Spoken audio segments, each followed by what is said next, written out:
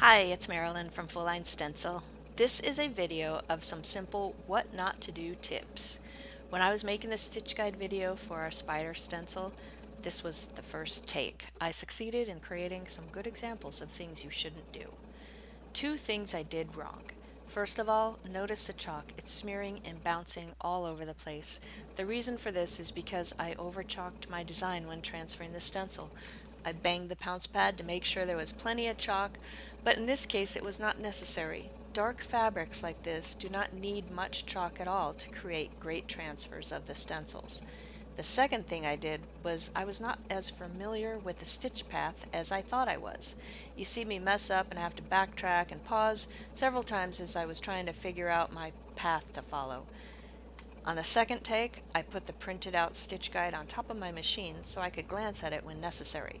It's a good idea for that first attempt at the design. Two things I did right. The important thing I did right was I did a practice run. I had the videotaping only in case it turned out to be okay. It's good to get these errors out of the way on something that doesn't matter. The second attempt was much better. Use a practice run to show you where you need to pay attention and create some muscle memory. It's amazing what a difference there is even after just one practice run. On the second attempt, I barely felt like I transferred the pattern at all. I ran the Pounce Pad over the design once and lightly.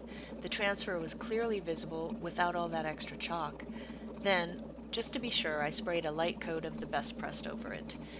I think a mist of water would have given very similar results. As you can see, the lines I'm following are not scattering into thick, fuzzy lines of chalk. They're staying put. This example so clearly illustrates how what we may think of as a good thing isn't always. Sometimes less is more when it comes to using chalk on dark fabrics, especially. It may hold true for other fabrics too, so only apply as much as is necessary to see. If you're experiencing results like that first take of the video, I would suggest you lighten up on the chalk and use something to dampen the fabric with the chalk on it and see if things improve. It's rather embarrassing to share these things with you, but I'm grateful for this crystal clear example of what over chalking can result in. I hope this helps you use your Pounce Pad with even more confidence. Thanks for watching.